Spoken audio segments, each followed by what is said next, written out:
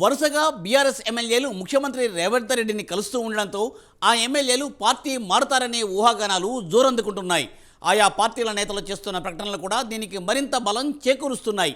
BRS ఎమ్మెల్యేలు మాత్రం తాము మర్యాదపూర్వకంగానే కలిశామని చెబుతూ ఉన్నా అసలు విషయం అది కాదేమోనని సర్వత్రా సందేహాలు వ్యక్తమవుతున్నాయి. ఇంతకీ ఆ పార్టీ ఎమ్మెల్యేలు కారు దిగనున్నారా? కాంగ్రెస్ నేతలతో చెయ్యి కలుపుతారా? ముఖ్యమంత్రిని కలవడం వెనుక ఉన్న మతలబేంటి?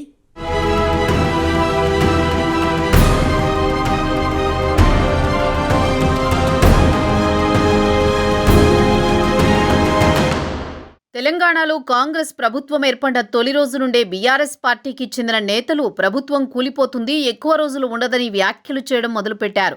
స్వయంగా BRS party working president KTR, సీఎంగా కేసీఆర్ మళ్లీ వస్తారని వ్యాఖ్యలు చేయడం, కడియం శ్రీహరి, పల్లా రాజేశ్వరరెడ్డి, జగదీశ్వరరెడ్డి లాంటి నేతల వ్యాఖ్యలతో ఒక్కసారిగా రాజకీయ వాతావరణం వేడెక్కింది. అయితే వీరి వ్యాఖ్యలకు ధీటుగా బీఆర్ఎస్ నుంచి వచ్చే స్పందనను బట్టి తమ పార్టీ నుండి ప్రతిస్పందన తీవ్రంగా ఉంటుందని స్వయంగా ముఖ్యమంత్రి రేవంత్ రెడ్డి వ్యాఖ్యానించారు. మరోవైపు బీఆర్ఎస్ నుండి కాంగ్రెస్లోకి 30 మంది ఎమ్మెల్యేలు వస్తామంటున్నారని మంత్రి కోమటిరెడ్డి వ్యాఖ్యలు చేశారు. ఇక అసెంబ్లీ సమావేశాల సాక్షిగా సిపిఐ సభ్యుడు కూనంనేని సాంబశివరావు ప్రభుత్వం కూలిపోతుందని అంటే ఎమ్మెల్యేలను కొనుగోలు చేస్తారా అని బీఆర్ఎస్ సభ్యులను ప్రశ్నించారు. దీంతో ప్రభుత్వం కూలిపోతుందనే వ్యాఖ్యలపైన కాంగ్రెస్ పార్టీ నేతలు తీవ్రంగా స్పందించారు.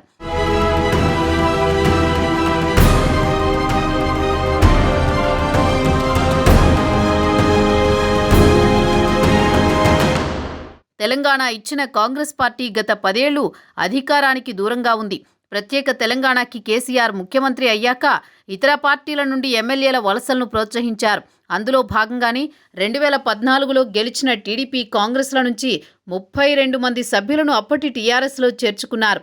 ఇక 2018లో కూడా 12 మంది కాంగ్రెస్ సభ్యులను, 2 టీడీపీ సభ్యులను బీఆర్ఎస్లోకి తీసుకుని ప్రతిపక్ష పార్టీలను బలహీనం చేసే కుట్ర చేశారని ప్రతిపక్ష పార్టీలు ఆరోపించాయి.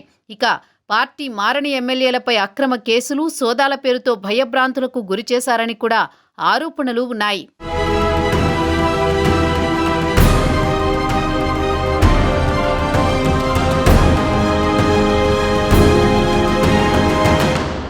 ఇక పీసీసీ అధ్యక్షులు రేవంత్ రెడ్డి నేతృత్వంలో 2023 నవంబర్ 30న జరిగిన ఎన్నికల్లో దాని మిత్రపక్షమైన సిపిఐతో కలిసి స్పష్టమైన మెజారిటీని సాధించింది కాంగ్రెస్. దీంతో ఇక్కడే మొదలైంది అసలు కథ. కాంగ్రెస్ పార్టీ గెలుపును జీర్ణించుకోలేకనే బీఆర్ఎస్ పార్టీ నేతలు ప్రభుత్వం ఏర్పడిన 50 రోజులు కాకముందే ప్రభుత్వం కూలిపోతుందని, మళ్లీ ముఖ్యమంత్రి కేసీఆర్ అవుతారని, ప్రభుత్వం ఫెయిల్ అయిపోతుందని వ్యాఖ్యలు చేస్తున్నారని కాంగ్రెస్ ఆరోపిస్తోంది.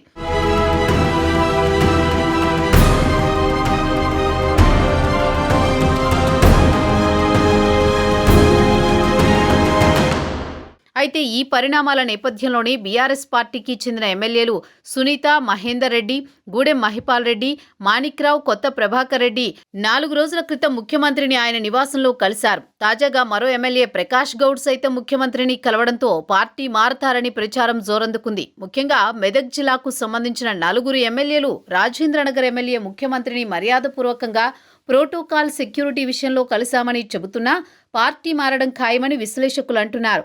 పార్లమెంటు ఎన్నికలకు ముందే వీరంతా కారు దిగి కాంగ్రెస్ నేతలతో చేయి కలపనున్నారని ప్రచారం జరుగుతోంది.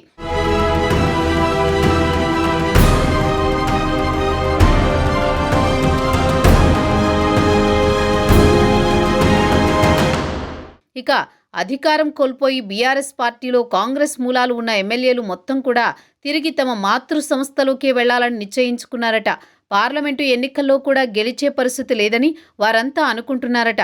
ఇక నియోజకవర్గాలు అభివృద్ధి చెందాలంటే ప్రభుత్వ పథకాలు అందరికీ దక్కే విధంగా పార్టీ మారడమే సముచితమని భావిస్తున్నారట. మొత్తానికి కాంగ్రెస్ ప్రభుత్వాన్ని కూల్చడం మాట అటుంచితే పార్టీలో ఉన్న తమ ఎమ్మెల్యేలను బీఆర్ఎస్ కాపాడుకుంటుందో లేదో చూడాలి మరి.